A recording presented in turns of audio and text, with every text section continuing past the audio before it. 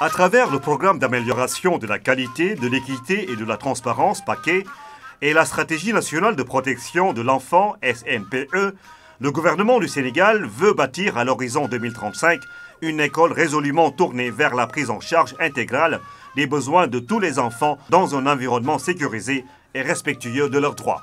Dans le cadre du plan Sénégal émergent, le ministère de l'Éducation nationale développe un programme particulier qu'on appelle le PAQUET. Et dans le cadre de ce PAQUET, on doit aussi penser au-delà du cœur de métier à l'environnement d'apprentissage de l'enfant. Cet environnement, dans le contexte international et national, est souvent dégradé ou menacé. Et le ministère de l'Éducation nationale n'ayant pas un service spécifique chargé de la protection de l'enfant, développe ce projet. Mais tout cela, c'est pour arriver à offrir à l'enfant un cadre sécurisé, protecteur, où ses potentialités individuelles pourraient s'éclore pour que l'éducation soit naturellement une éducation de qualité.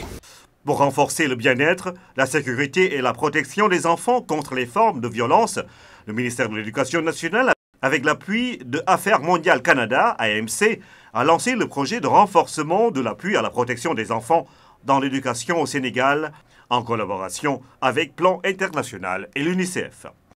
Nous voulons contribuer à une meilleure protection en milieu scolaire. Et contribuer à cette meilleure protection en milieu scolaire voudrait dire aussi travailler en partenariat. Vraiment, en termes de motivation, nous avons aujourd'hui une nouvelle vision et un projet innovant pour mettre en pratique tout ce qui concerne la protection, la mise en œuvre de la SNPE et l'implication des acteurs. Le projet cible des filles et des garçons âgés de 3 à 18 ans au sein des structures d'éducation et d'apprentissage pour la période 2017-2021. Il se déroule dans 8 régions: Kaffrine, Kaolack, Kédougou, Kolda, Matam, Sédhiou, Tambacounda et Ziguinchor. C'est en vérité des régions qui sont frontalières à d'autres pays où naturellement il y a des enjeux de protection de l'enfant. Le projet a élaboré à travers un processus consultatif un référentiel pour la détection et la gestion des situations de risque pouvant affecter les élèves et les apprenants dans les daras. Nous estimons qu'on ne peut pas aujourd'hui prétendre apporter une réponse à des cas de violence, à des victimes, si on n'a pas préparé les enseignants, les chefs d'établissement et les parents à comprendre ce qui est en jeu. Tous les enseignants vont être formés en matière de genre, d'éducation inclusive, mais aussi de protection de l'enfant. Quand il y a un cas de viol ou un cas de harcèlement sexuel, quel que soit l'auteur de cette violence, il doit y avoir un signalement, je dirais, à la fois aux services sociaux et aux autorités judiciaires. L'intervention qui nous a valu beaucoup de satisfaction, c'est surtout, n'est-ce pas, l'organisation de sessions de renforcement de capacité des Borom Dara. Dans un premier temps, il a fallu traduire les modules de formation du français à l'arabe, mais il a fallu trouver des profils de formateurs types, c'est-à-dire des produits des Dara qui sont dans nos structures et qui connaissent les réalités des Dara, mais également qui sont formés comme formateurs par le projet RAP. Dans le cadre de ce projet-là, il est important de renforcer encore la sensibilisation.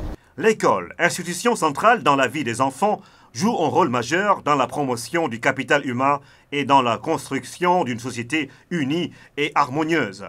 Pour jouer ce rôle, elle se doit d'offrir aux enfants un environnement qui favorise leur scolarisation et leur maintien à l'école, en particulier des filles. Aujourd'hui, il faudrait également que les filles, qu'on puisse reconnaître leurs droits dès le bas âge en milieu scolaire et qu'il y ait le droit à la participation, le droit à la représentation et également le pouvoir de liberté. Dans les différentes régions d'intervention, le projet prévoit la construction d'ouvrages annexes, d'espaces amis des enfants, des bancs maçonnés et des plantations d'arbres.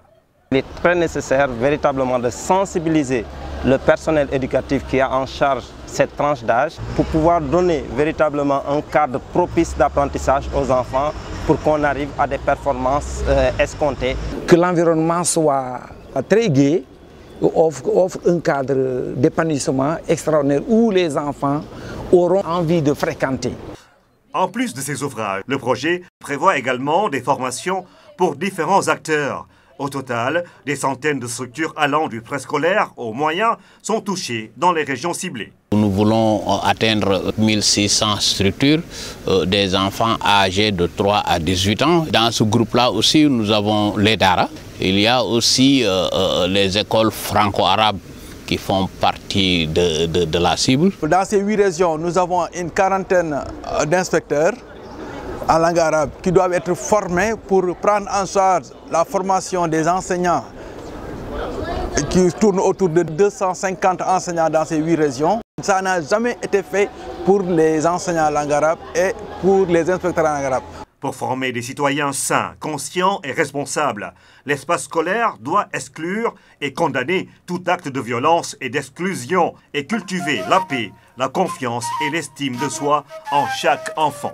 Le projet, au cours de ces prochaines années, s'attellera à faire bénéficier chaque enfant de son droit à une éducation de qualité pour pouvoir grandir et apprendre sans violence. Sans violence à l'école, sans violence dans la communauté, sans violence dans la famille.